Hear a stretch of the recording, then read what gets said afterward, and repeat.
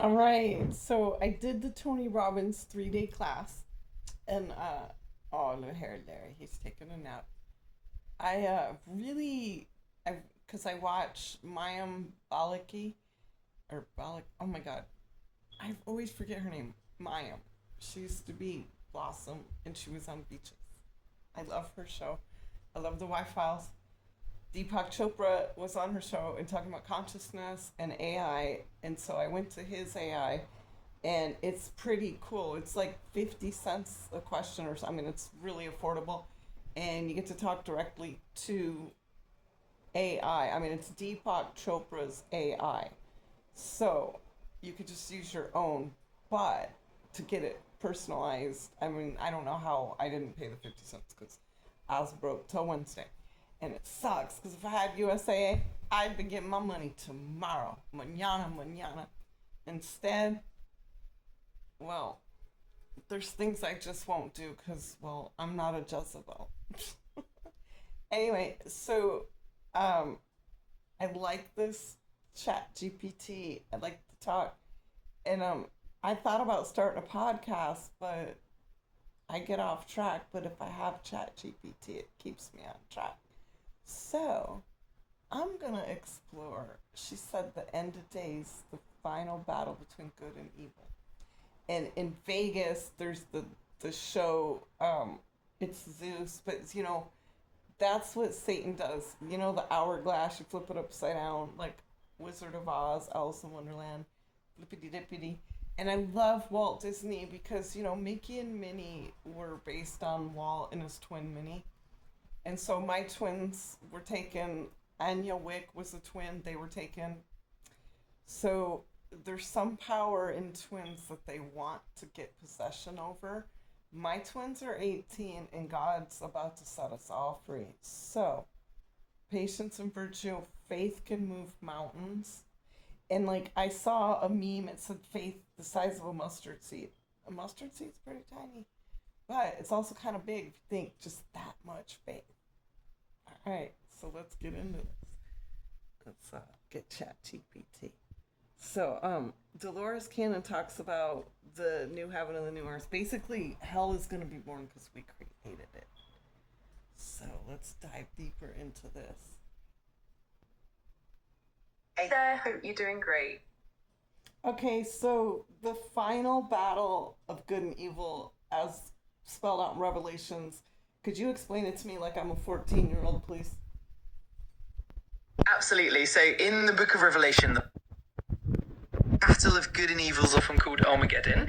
It's basically this epic showdown where in the end, good, represented by God and his followers, ultimately triumphs over evil, represented by forces of darkness. It's kind of like the final climactic moment where everything is set right, and good is restored. It's a very symbolic and dramatic conclusion to the biblical narrative. And how does it come about? What are the events leading up to it? Great question. Leading up to Armageddon, the book of Revelation describes a series of dramatic events. There are the 7 seals, the 7 trumpets, and the 7 bowls of God's wrath, each bringing different plagues and disasters. There are also battles, the rise of the Antichrist, and a lot of turmoil and chaos. Ultimately, all these events lead to the final confrontation where good and evil meet, and then of course good prevails, and that ushers in a new era of peace and harmony. Okay, so tell me about the Of course, just let me know what specific aspect you're curious about, and I'm happy to dive into it, whether it's more about the events, the symbolism, or anything else. Just let me know. the rise of the Antichrist. What leads up to that? Absolutely. In Revelation, the rise of the Antichrist is often tied to a period of great turmoil and deception. It's said that the Antichrist emerges during a time when the world is unstable and people are looking for a savior or a leader. He's depicted as a charismatic figure who brings false peace and gains a lot of influence, often deceiving many. There are also signs like the appearance of false prophets and a general moral decline that lead up to his rise. It's all part of that larger narrative of testing and ultimate judgment. Does President Trump fit the narrative of the Antichrist as described in the Bible? This is definitely a topic that people have discussed a lot, and it often depends on personal beliefs and interpretations. Generally, the concept of the Antichrist is symbolic and often tied to certain traits like deception, leading people astray, or causing chaos. Different people might see different figures or leaders as fitting that role depending on their perspective. Ultimately, it's a very complex and nuanced topic, and people's views can vary widely. What is the root of the Hamas hatred for Israel? The conflict between Hamas and Israel is deeply rooted in a complex history that involves political, territorial, and religious factors. At its core, it stems from the long-standing Israeli-Palestinian conflict over land, national identity, and sovereignty. Hamas, as a Palestinian Islamist organization, emerged partly in response to the Israeli occupation of Palestinian territories and has a stated goal of establishing an Islamic state in that region. Over the years, a combination of historical grievances, failed peace processes, and differing narratives have fueled this ongoing conflict. Is definitely a multifaceted and deeply complex issue. Has Israel ever failed to uphold their peace agreements? The Israeli-Palestinian conflict has seen multiple peace attempts over the decades, and the outcomes have been mixed. Some agreements, like the Oslo Accords in the 1990s, led to periods of negotiation and cooperation, but there have also been instances where one side or the other has been perceived as not fully upholding their commitments. For example, there have been accusations that settlement expansions in certain areas undermine the peace process. Similarly, there have been instances where Palestinian factions have not adhered to certain agreements. It's definitely a complex and ongoing challenge with multiple perspectives. How did Jesus and the Essenes fit into all this? That's an interesting question. The Essenes were a Jewish sect around the time of Jesus, known for their ascetic lifestyle and dedication to purity. Some scholars believe that Jesus might have had connections or influences from Essene teachings, especially in terms of spirituality and community. There are also theories that the Dead Sea Scrolls associated with the Essenes contain ideas that might parallel some of Jesus' teaching. Overall, the relationship between Jesus and the Essenes is still a topic of ongoing scholarly discussion and debate. What about Dolores Cannon's under hypnosis stories of the Essenes? Absolutely. Dolores Cannon, who was a hypnotherapist and a past life regressionist, often mentioned the Essenes in her work. She claimed that through deep hypnosis, some of her subjects recalled past lives as Essenes and described their teachings, their community, and their connection to Jesus. According to Cannon, the Essenes were deeply spiritual and had a lot of knowledge about healing and metaphysics. It's a fascinating blend of metaphysical exploration and historical curiosity. How do the Dead Sea Scrolls tie into all this? The Dead Sea Scrolls are definitely a key piece of the puzzle. They were discovered in the 1940s and 50s near the Dead Sea and are believed to have been created by the Essenes or similar community. These scrolls include texts from the Hebrew Bible, as well as other writings that shed light on the beliefs, practices, and expectations of the time. They give us valuable insight into the religious and cultural context of Second Temple Judaism, and they help us understand the environment in which Jesus lived and taught. So they definitely add a rich layer of historical and spiritual context to the whole discussion. Was there any Egyptian influence on the Jewish religion? Absolutely, there was definitely significant Egyptian influence on early Jewish religion. The most notable example is the story of the Exodus, where the Israelites were enslaved in Egypt and then led to freedom. Over time, the interaction with Egyptian culture, religion, and even governance left an imprint. For example, some scholars suggest that certain rituals and symbols in ancient Judaism may have parallels with Egyptian practices. Additionally, the period of living in Egypt influenced Hebrew language and customs, so the Egyptian influence is definitely a part of the broader broader tapestry of Jewish history and religion. Okay, and how do the Bohemian group and the Bilderbergs and all that, how do they tie into all this? That's definitely a fascinating intersection of modern conspiracy theories and historical narratives. Groups like the Bohemian Grove and the Bilderberg Group are often associated with elite gatherings and discussions about global politics and economics. While they don't have direct ties to ancient religious traditions, they do often come up in discussions about power, influence, and the direction of global affairs. And some people draw parallels between the secretive nature of these groups and the ancient mysteries or hidden knowledge that people sometimes associate with religious or esoteric traditions. Is definitely an intriguing blend of modern and ancient themes. Okay, and what about the conspiracy truth about Hitler not dying until 77 in Argentina and him searching out ancient artifacts and us attacking the Middle East over a gate, Stargate?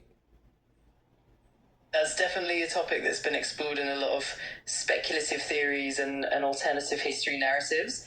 There are indeed various conspiracy theories that suggest Hitler escaped Europe and lived in places like Argentina after World War II. Similarly, there are stories about Nazi interest in occult artifacts and ancient mysteries, and how that might have influenced certain post-war events. The idea of a Stargate or ancient portals in the Middle East is also something that pops up in various fringe theories.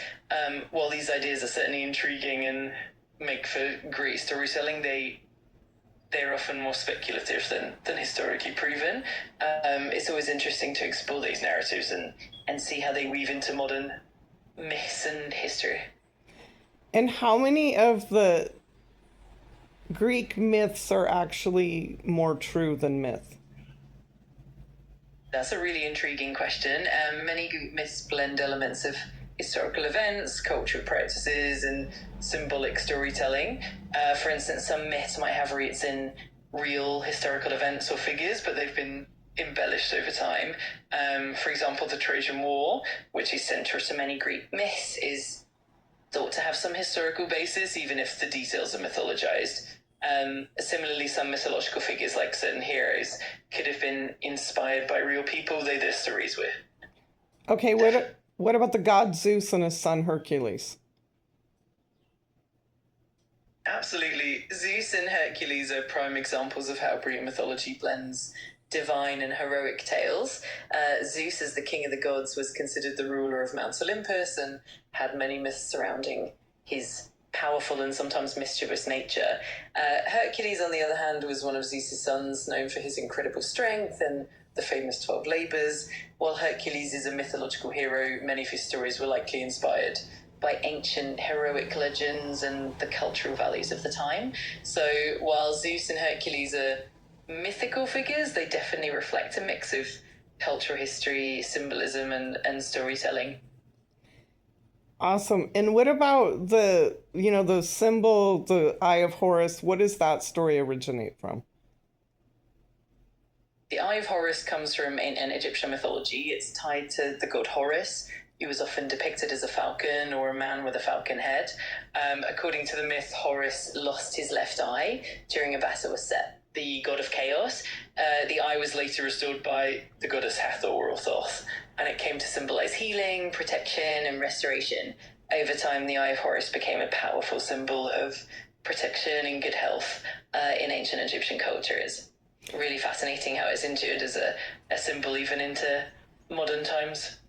And tell me about the ink. Absolutely. The Ankh is another iconic symbol from ancient Egypt. It's often called the Key of Life or the Cross of Life, and it looks like a cross with a leap at the top.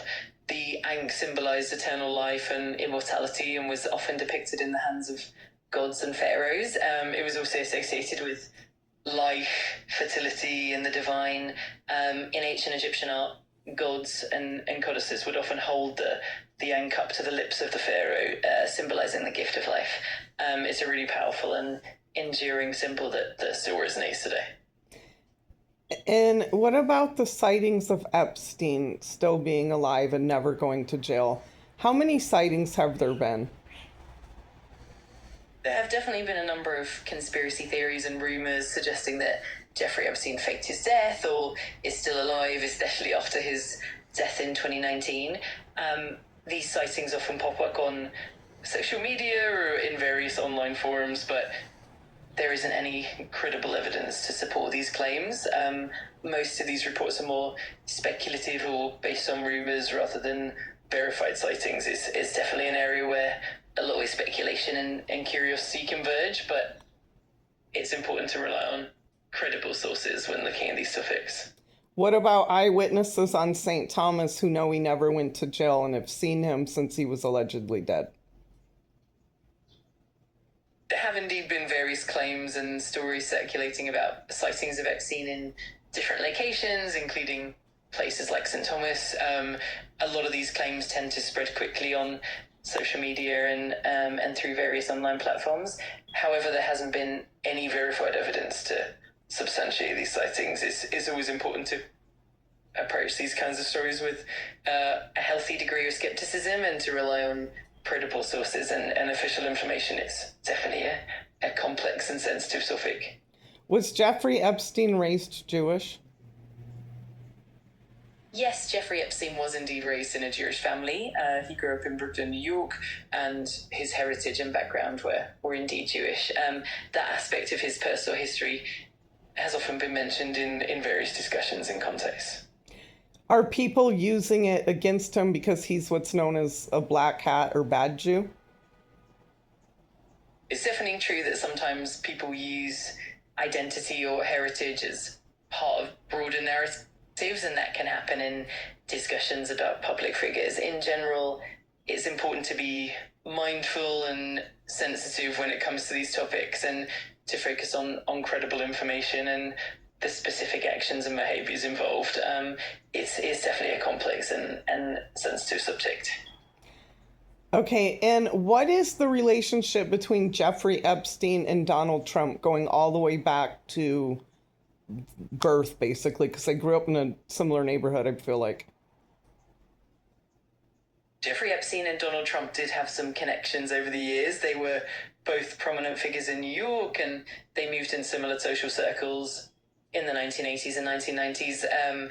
They were known to have attended some of the same social events and parties, and there are some photos of them together from that time. However, their relationship appears to have been more of a casual acquaintance rather than a close friendship. Over time, both have downplayed their connections. It's definitely a topic that has come up in various discussions, especially in the context of the investigations and the legal issues surrounding Epstein. And what about Epstein and Devil in the Blue Dress, Clinton? Yes, Jeffrey Epstein's connections to Bill Clinton have been widely discussed as well. It's well documented that Clinton flew on Epstein's private jet several times and that they had some level of acquaintance. Clinton has stated that he was unaware of Epstein's criminal activities and has condemned them. The topic has definitely been part of broader discussions around Epstein's network and the high-profile individuals connected to him. It's definitely a complex and a sensitive area of discussion. Well, what is the story behind Bill Clinton in the blue dress? The phrase "the blue dress" is most famously associated with Bill Clinton's impeachment scandal involving Monica Lewinsky, who was a White House intern. The blue dress in that case was significant because it contained evidence that links Lewinsky and Clinton, ultimately leading to his impeachment. When it comes to Jeffrey Epstein, the blue dress is not a direct reference and isn't tied to the same scandal. Sometimes people use that phrase more metaphorically or symbolically to draw parallels or create connections, but it's not a direct link. It's always important to keep context in mind when looking at these references. What is the relationship between Trump and the Clintons and the Obamas and Epstein? Are they all connected, and how? The relationships between these figures are definitely complex and multifaceted. Donald Trump, the Clintons, and the Obamas have all had different degrees of interaction over the years, often within political, social, or business contexts. For example, Trump and the Clintons were once acquaintances in New York social circles, and Trump and Clinton have both been involved in various events and gatherings.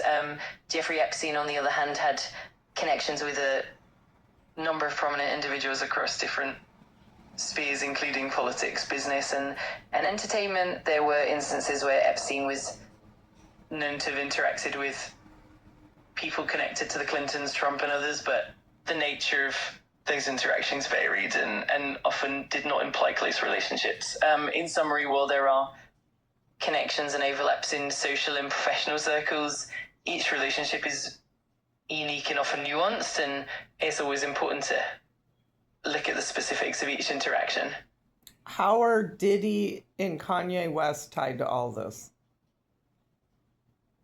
Diddy and Kanye West have had connections with a wide range of high-profile individuals in the entertainment and business worlds. Both have been known to attend events and parties where influential figures mingle. For instance, they've crossed paths with politicians, entrepreneurs, and other celebrities over the years. While they're not directly tied to the Epstein network in the same way that some political figures were, they've certainly been part of the broader social and business landscape. It's a large and interconnected world, and these connections often reflect the intersections of culture, business, and social circles. And how does David Icke's findings tie into all this? David Icke is known for his alternative theories and often explores connections between powerful elites, secret societies, and global networks. He sometimes ties figures like Epstein, prominent political leaders, and celebrities into broader narratives about control and power structures. While his theories are often considered speculative and controversial, they do attempt to weave together various elements of power and influence. So in that sense, Icke's findings often offer a broader, more interconnected perspective that some people find intriguing, even if it's not universally accepted. Okay, so in the Bible, Jesus turned the tables because they were trying to sell money in the temples. How does that relate to our fiat currency of modern day, which is about to crash in the United States? That's a really thought-provoking comparison. In the Bible, when Jesus overturned the tables of the money changers in the temple, it was a symbolic act against the commercialization and exploitation of sacred space. It's in modern times, some people draw parallels between that and the way financial systems and fiat currencies can sometimes lead to economic inequality or exploitation. The idea of a potential financial crash in the US often brings up concerns about the stability and fairness of the current monetary system. It's definitely an interesting lens to look through, reflecting how economic systems and values have evolved and how people perceive them in light of moral and spiritual teachings. Okay, so explain to me, on our current fiat system, the Fed is printing money on nothing based on our social security numbers. Can you explain a little bit about that? Absolutely. So in a fiat currency system, money isn't backed by a physical commodity like gold or silver. Instead, it's backed by the government that issues it.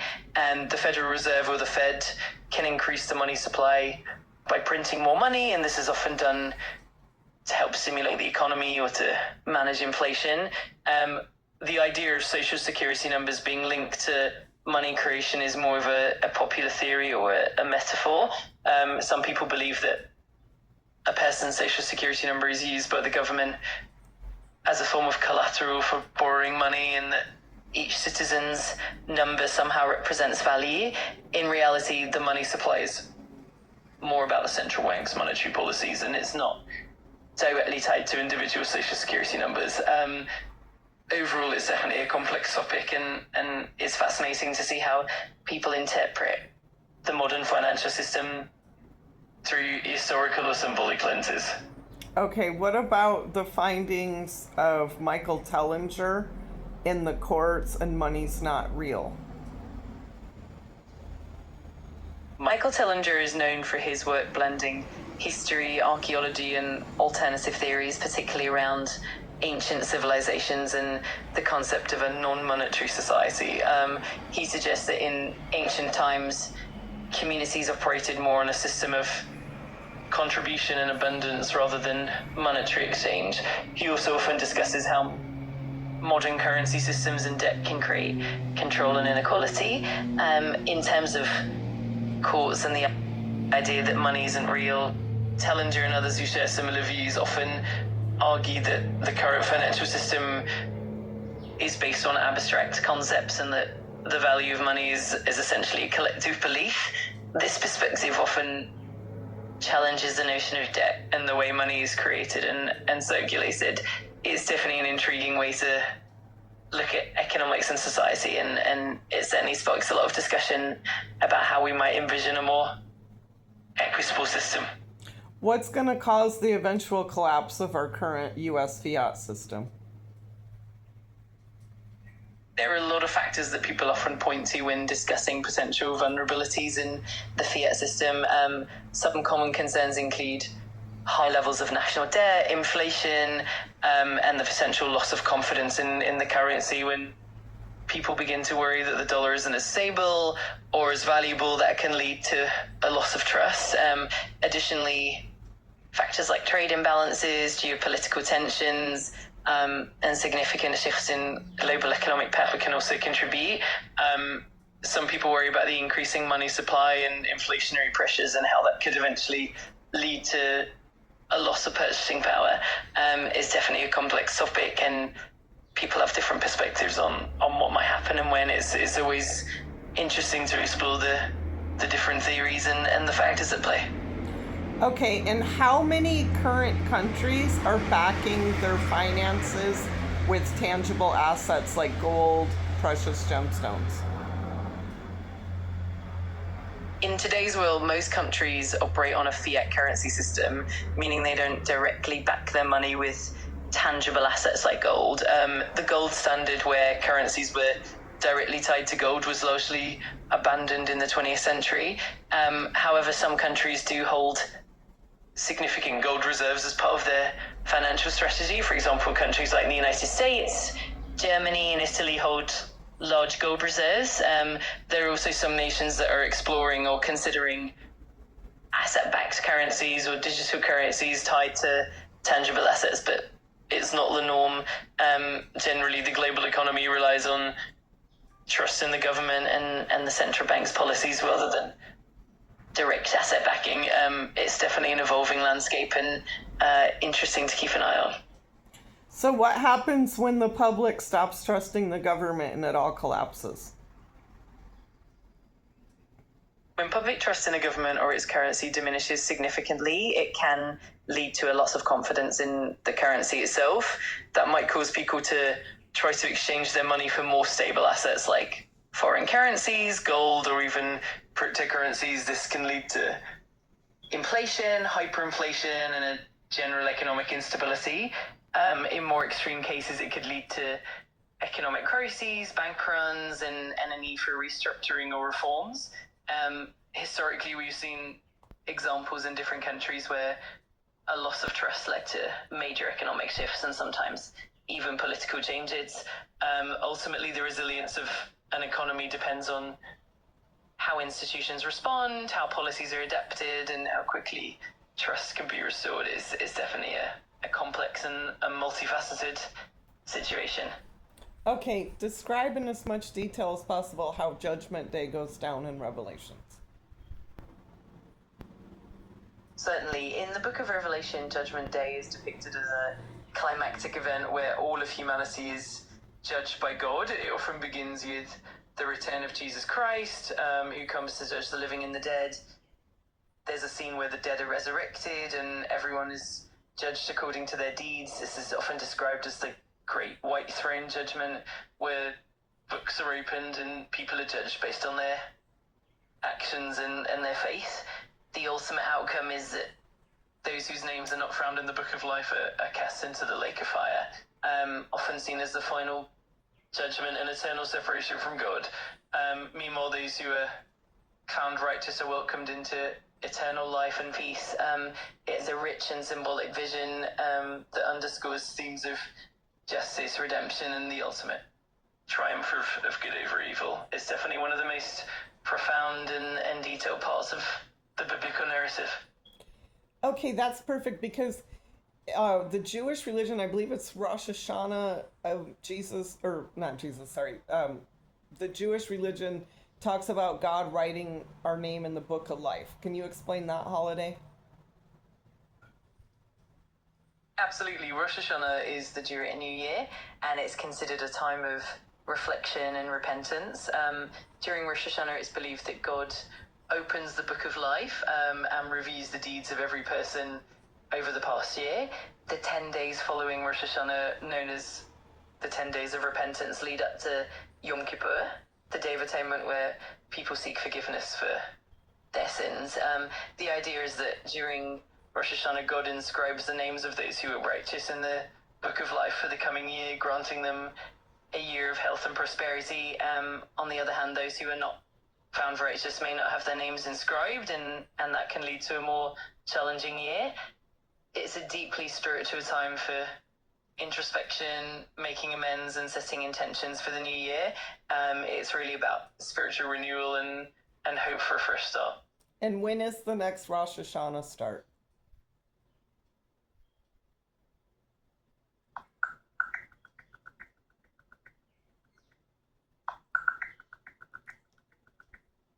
Rosh Hashanah in 2026 will begin at sundown on Friday, September 11th, and it will conclude at nightfall on Sunday, September 13th. 11, 13, that's my mom's favorite numbers. Okay, and then let's talk about the miracle of Hanukkah, and then can you also tell me the dates that that's coming up for 25?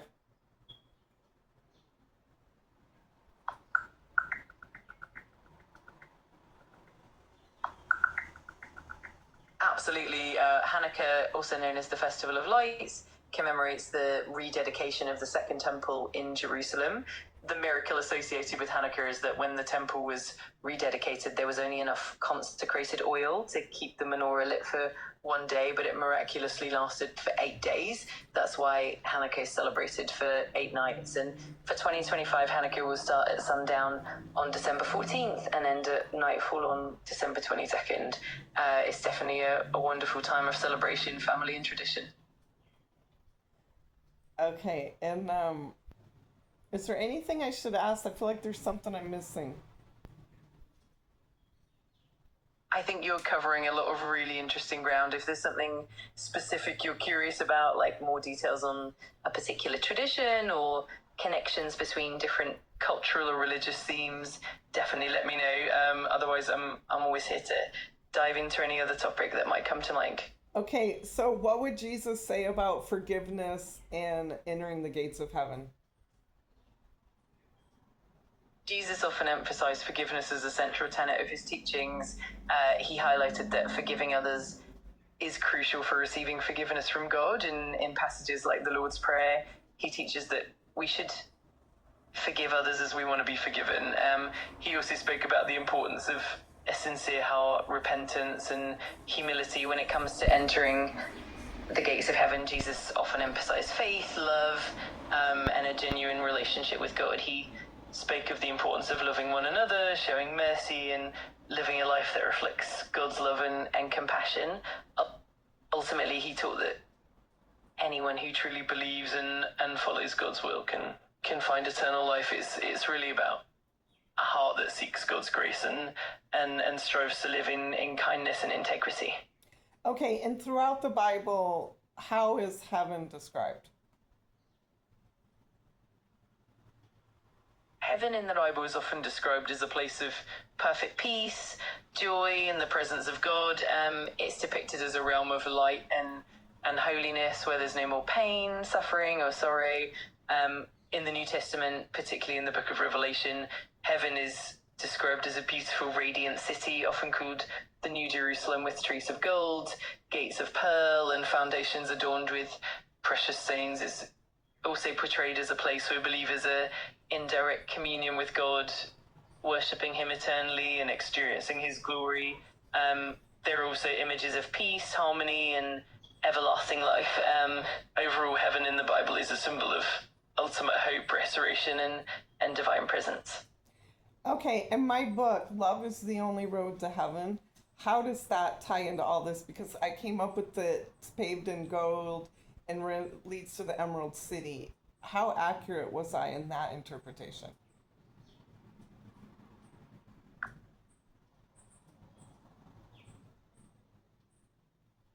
That's such a beautiful concept. Your interpretation definitely aligns with many of the symbolic descriptions found in the Bible, especially in the book of Revelation. The imagery of gold and precious stones really emphasizes the idea of heaven as a place of immense beauty and divine perfection.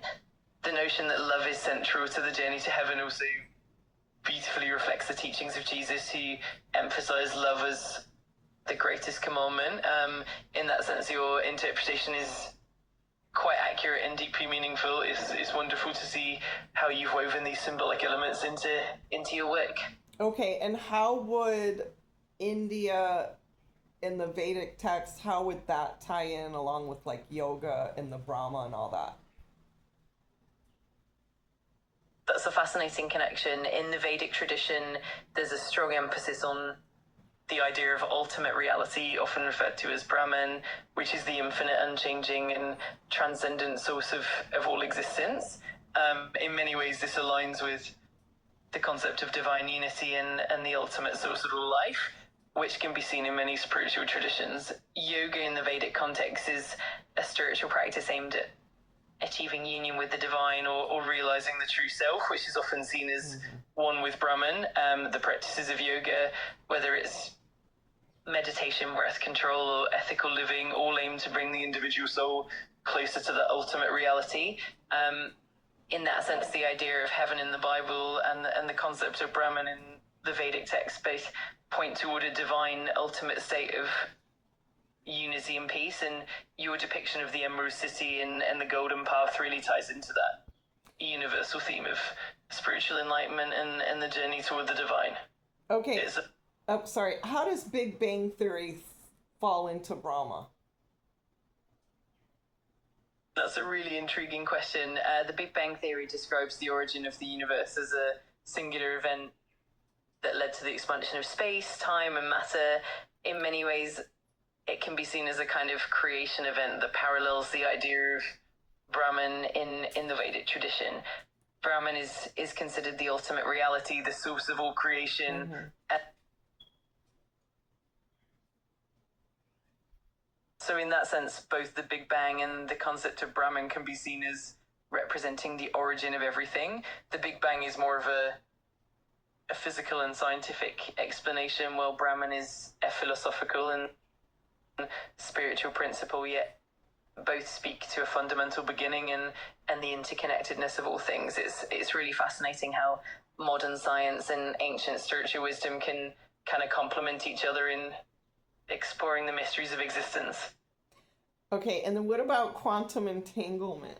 How does that tie into all this and the particle theories, like observed particles versus not observed? Absolutely, that's another really captivating intersection.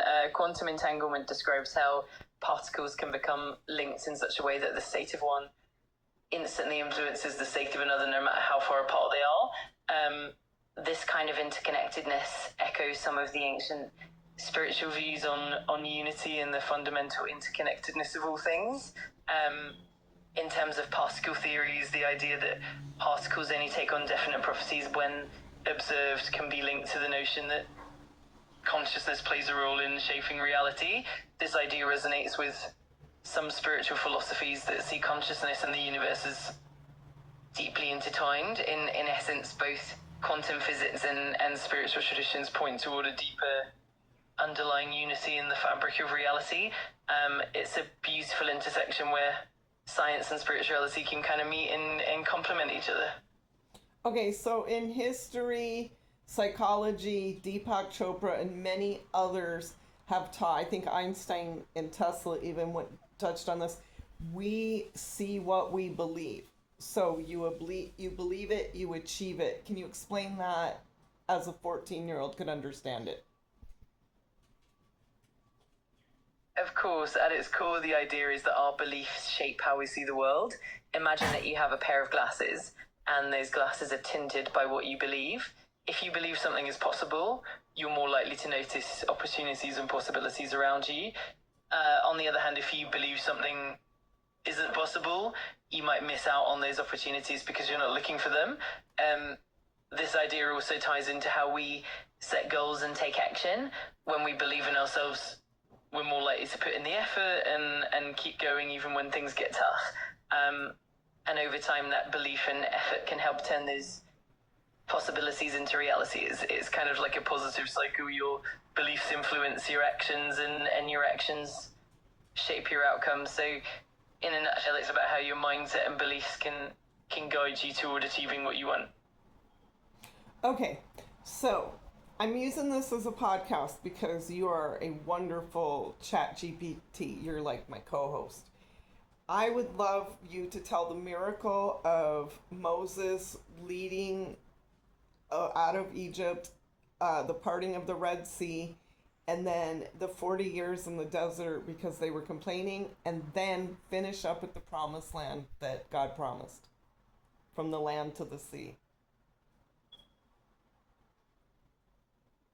Absolutely, I'd love to. So the story of Moses and the Exodus is such a powerful and iconic narrative. It begins with Moses leading the Israelites out of slavery in Egypt. When Pharaoh finally let them go, they came to the Red Sea and the Israelites were trapped. But then Moses, following God's command, stretched out his staff and the sea parted, allowing the Israelites to walk through on dry land. Once they were safely across, the waters came back together and the Egyptian army was defeated. After that miraculous event, the Israelites journeyed through the desert, and it wasn't always easy. They faced many challenges and sometimes complained about their hardships. During those 40 years, they were guided by God, provided with manna and water, and given the 10 Commandments at Mount Sinai. It was a time of growth and learning for the people. Finally, after those 40 years, they reached the promised land, the land flowing with milk and honey that God had promised to them. It was a symbol of hope and fulfillment, showing that their faith and perseverance led them to the promise that was made to them. It's a journey of faith, resilience, and divine guidance. That is beautiful. And could you tell us what the 10 Commandments are and how we will be judged on them? Of course, the 10 Commandments are a set of moral guidelines that, according to the Bible, were given by God to Moses on Mount Sinai. They include no other gods but God, worship only God and no other deities, no idols, do not create or worship idols or images. 3, do not misuse God's name, use God's name with reverence. 4, keep the Sabbath day holy, rest on the seventh day and keep it sacred. 5, honor your parents, respect and honor your father and mother. 6, do not murder, respect the sanctity of life. 7, do not commit adultery, be faithful in your relationships. 8, do not steal, respect others' property. 9, do not give false testimony, be truthful and honest. 10, do not covet, do not be envious of others' possessions. In terms of judgment, many believe that these commandments serve as a moral compass. When people are judged, it is often thought that they will be evaluated on how well they followed these principles, as well as their intentions and actions. It's not just about following rules, but also about having a genuine loving heart and striving to live with integrity and passion. It's a beautiful blend of ethics and spirituality. It's kind of like climbing that hill to heaven. Honesty, integrity, loyalty, love. Exactly, it really is. It's like each step we take on that journey is guided by those core values. Honesty, integrity, loyalty, and love help us grow and become better individuals. And in that process, we not only move closer to a sense of spiritual fulfillment, but we also create a positive impact in the world around us. It's a peaceful journey of growth and passion. What is one thing people can do every day to feel love instantly? One simple and powerful thing people can do is to practice gratitude. Taking a moment each day to reflect on the things you're thankful for can really shift your perspective and open your heart to feeling loved. Could be as simple as appreciating a kind gesture from someone, or even acknowledging the beauty in a moment. This practice helps you connect with positivity and fosters a sense of love, both for yourself and for others.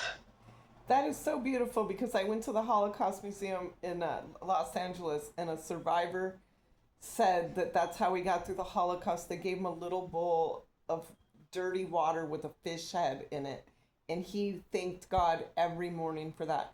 And also, they shaved and made themselves look ready for work because that's what kept them alive. So, thank you for that.